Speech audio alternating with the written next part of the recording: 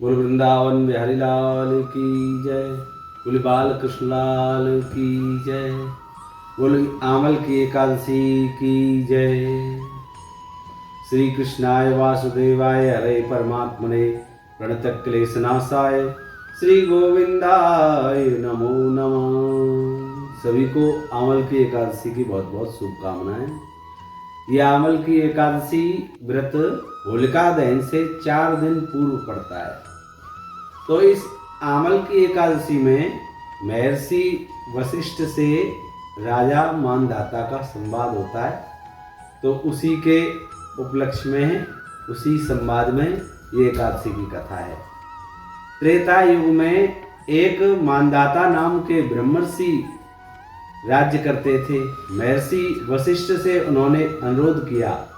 अब मानधाता राजा तो भगवान श्री राम के वंशज हैं और महर्षि वशिष्ठ उनके कुलगुरु हैं।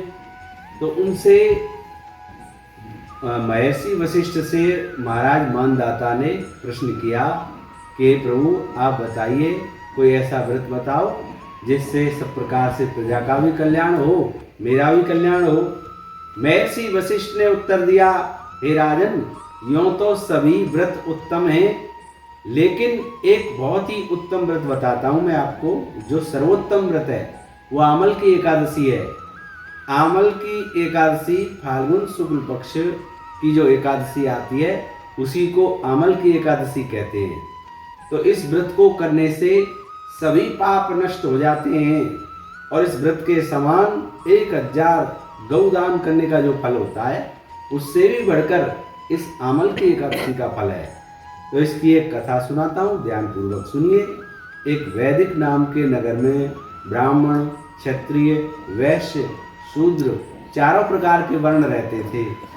तो वहाँ पर सदैव वेद ध्वनि गूंजा करती थी। वहाँ का जो राजा था वो बड़ा ही भगवत भक्त था और पापी, दुराचारी तथा नास्तिक कोई नहीं था उसके राज्य में। तो उस नगर में चैत्ररथ नाम का राजा राज्य करता था। वो चंद्रवंशी राजा था। सभी नगरवासी भगवान विष्णु के परम भक्त थे। तो सभी नियम पूर्वक एकादशी का व्रत किया करते थे। प्रत्येक वर्ष के समान फाल्गुन मास की शुक्ल पक्षी एकादशी आई तो सबने व्रत रखा। सबने रात्रि को भगवान के मंदिर में जाकर के वहाँ भगवान का पूजन किया, धूप दीप से, नैवेद्य से, और आंवले का पूजन किया। और राजा ने पूजन करके कहा, हे धात्री, हे आंवले, आप ब्रह्मा जी द्वारा उत्पन्न हो और आप समस्त पापों को नाश करने वाले हो, अतः आपको मेरा प्रणाम है, आप मेरा अर्घ स्वीकार करें।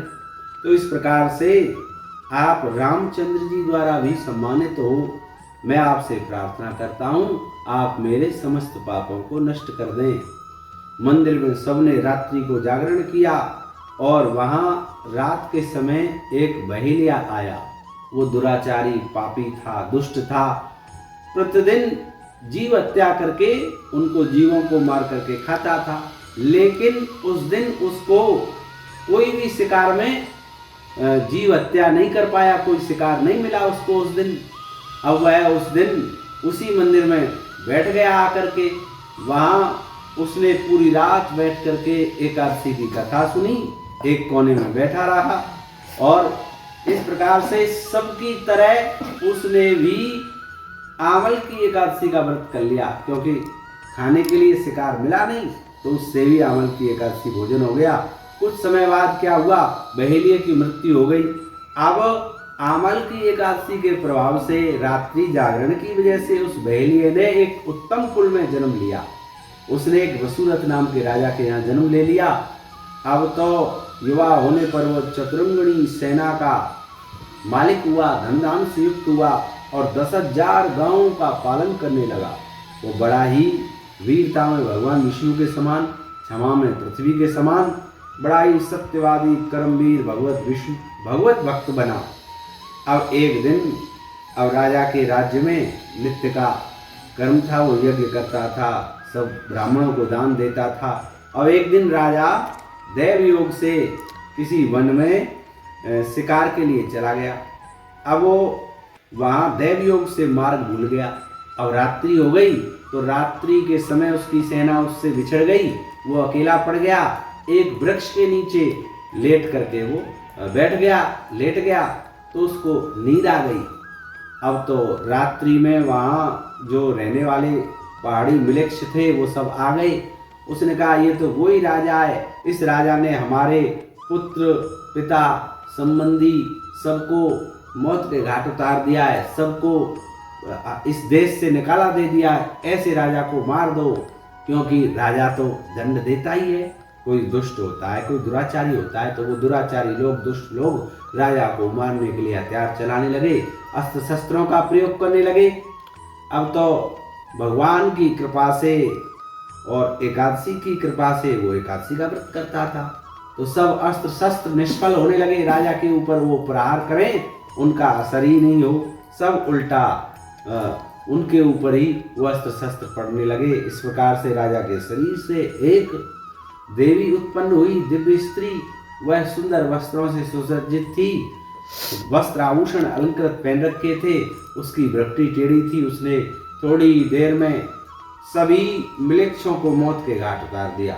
अब राजा की नींद खुली तो राजा ने देखा कि इन मृक्षों को किसने मारा है, मेरे शत्रुओं को किसने मारा है। अब तो जब इस प्रकार से वो कह रहा था तो आकाशवाणी हुई कि इस संसार में भगवान विष्णु के अतिरिक्त कौन आपकी सहायता कर सकता है। यह आकाशवाणी को सुनकर राजा अपने नगर को आ गया और सुखपूर्वक राज्य करने लगा। तो महर्षि वशिष्ठ आगे बोले, हे राजन, आमल की एकादशी का व्रत का प्रभाव था। जो मनुष्य इस आमल की एकादशी का व्रत करते हैं वे सभी कार्यों में सफल होकर के अंत में भगवान विष्णु के लोक को प्राप्त होते हैं। ये इसी के कारण वो राजा वसुरथ बच गया। बोलो विष्णु भगवान की जय। बोला